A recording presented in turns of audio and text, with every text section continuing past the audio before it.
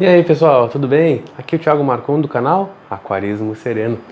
Hoje num vídeo para falar para vocês de um assunto que eu falei lá no episódio 2 da série Montando um Aquário Amazônico, que era para Sambiótipo, no fim virou um aquário inspirado e amazônico, né? As coisas vão acontecendo, a vida vai acontecendo e a gente acaba mudando um pouco os planos.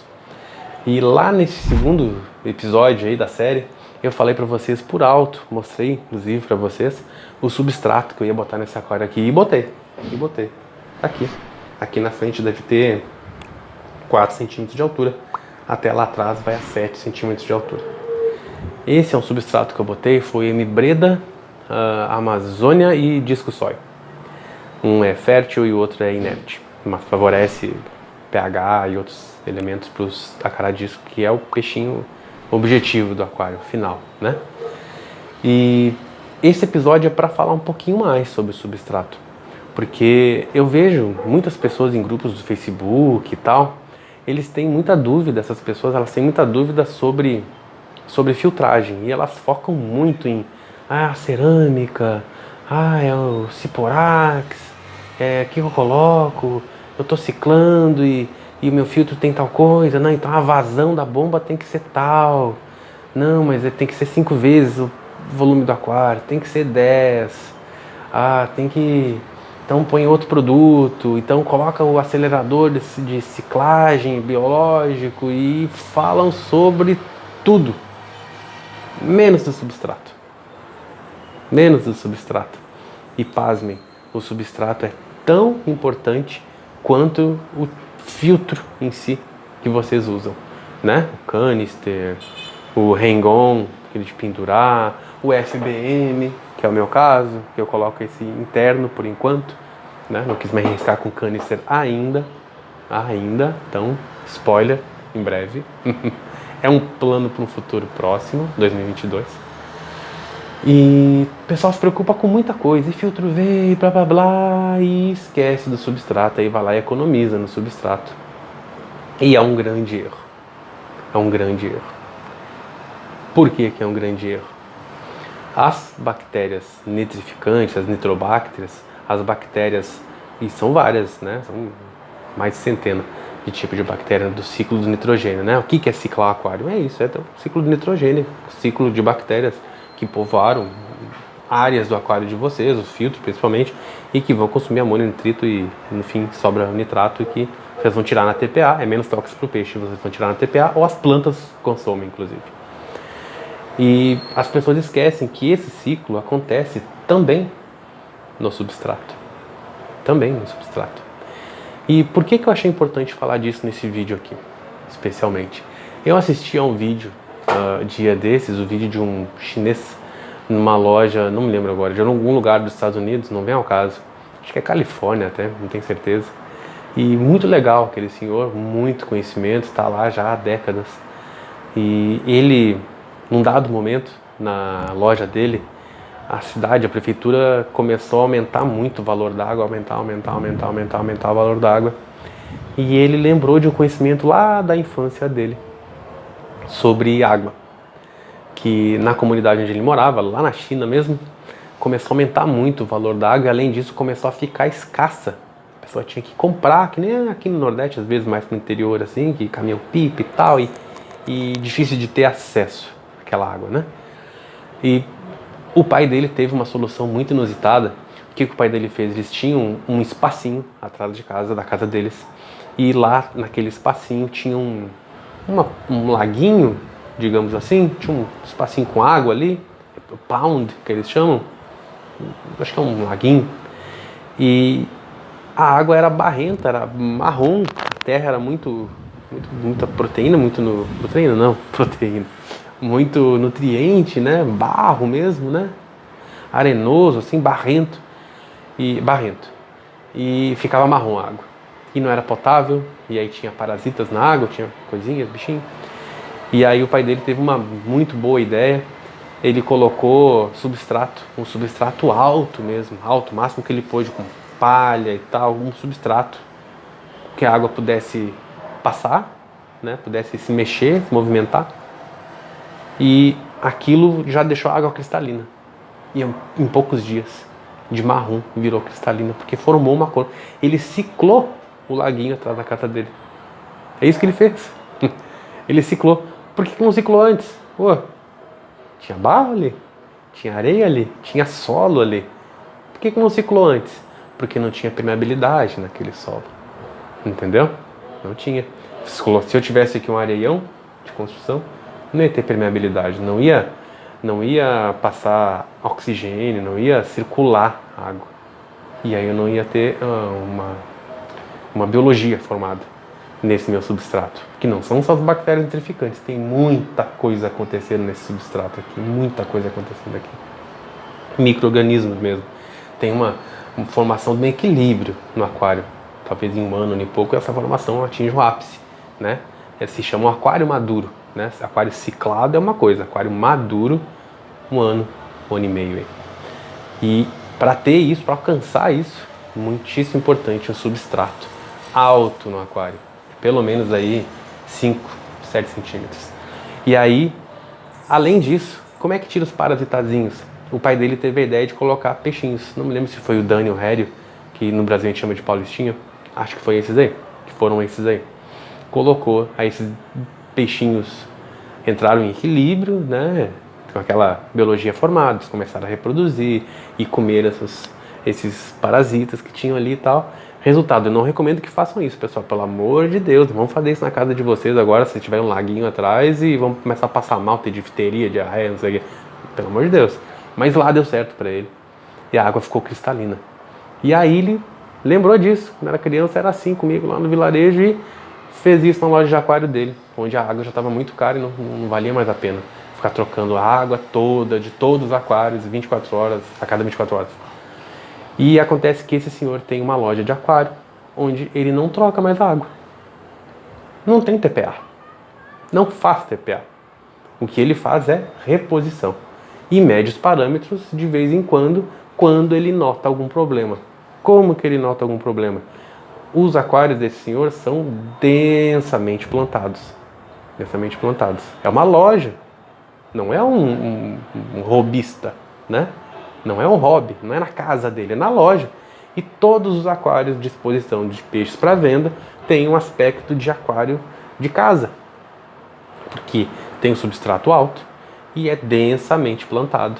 Com isso ele não precisa fazer TPA, não precisa fazer a troca da água todos os dias. Ele só repõe e quando ele nota algum problema, o que seria algum problema? Os peixes estão com alguma enfermidade, você nota que o peixe não come, tá com íctio, tá com barbatana ruída, tá com... as plantas começam a ficar amareladas, sei lá, torta. Aí ele nota essas coisas e faz os testes necessários. Mas fora isso, inclusive, por incrível que pareça, analise as lojas que vocês vão comprar peixes. É raríssimo ver uma loja onde todos os peixes estão 100% bem, não tem nenhum peixe que está meio bexiga natatória, talvez prejudicada, ou nadadeira ruída, a gente vê a nadadeira ruída, não. Desse senhor, então são todos bonitos, todos nadadeira perfeita, desenhadinha, no tamanho que tem que ser, zacarabandeira com os barbatanazão lá embaixo, todo formato comprido, assim, sem nada ruído, lindo de se ver, lindo, lindo. Quisera eu poder comprar peixe desse senhor ali.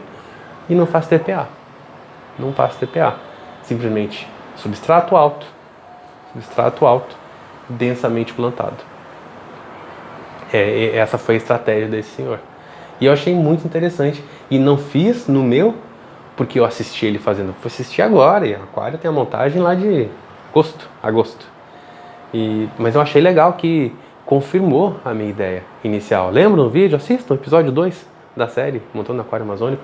Essa era a minha ideia. O episódio 1 e o 2 falam sobre isso. Que era ter como apoio da filtragem, não só o filtrinho, mas também o substrato com as plantas. E aos poucos ir dosando e mexendo e tal, para chegar nesse equilíbrio. Lembra daquela minha dificuldade de alcançar o pH ácido? Está em 6,25 hoje, em 6,25, às vezes 6,6. Ele fica jogando nisso por enquanto. Chegou nisso naturalmente. Eu parei de dosar elemento químico aqui. O máximo que eu faço, e agora eu vou parar de fazer para ver o que acontece, já que ele está tão ácido, já começou hoje 6,26 de manhã cedo, sem nem dosar o CO2, que eu doso todo dia. E doso das 7 da manhã, 8 da manhã, 8 da manhã, até umas 6 da tarde. E a única coisa que eu faço é lá atrás, na água de repouso, que eu uso para fazer, reposição. Lá atrás, às vezes eu doso um acid buffer para baixar, porque vem muito alta aqui da minha rede. Depois do descanso ela vai a 7.8. E aí na água de descanso eu dosei um pouquinho e eu vi ontem 7.2. Então eu vou dosar ela aqui, porque ela já veio com um pouco de KH. De repente eu reponho o KH da água e tal. E vou fazendo. Aprenda que o aquarismo vai estar sempre jogando com alguma coisa. Vai estar sempre, mexe um pouco aqui, mexe um pouco ali, entendeu? É uma coisa contínua. Então, sempre uma mudança, sempre uma adaptação, mas cada vez mais estável. Que é o caso desse aquário aqui. Se botar uma água agora de pH 8 aqui, um balde, 2, ele vai absorver tranquilamente. Outra coisa que eu fiz tempos desses foi tentar dosar cobre, tirei todas as minhas ampulares, né? Eu quis acabar com um surto de caramujos. Fui tentar dosar cobre e eu dosava o cobre da Atlantis, né? E Molrem, uma coisa assim. E é cobre, sulfato de cobre. E a água não aumentava, tem teste de cobre aqui, a água não aumentava a quantidade de cobre.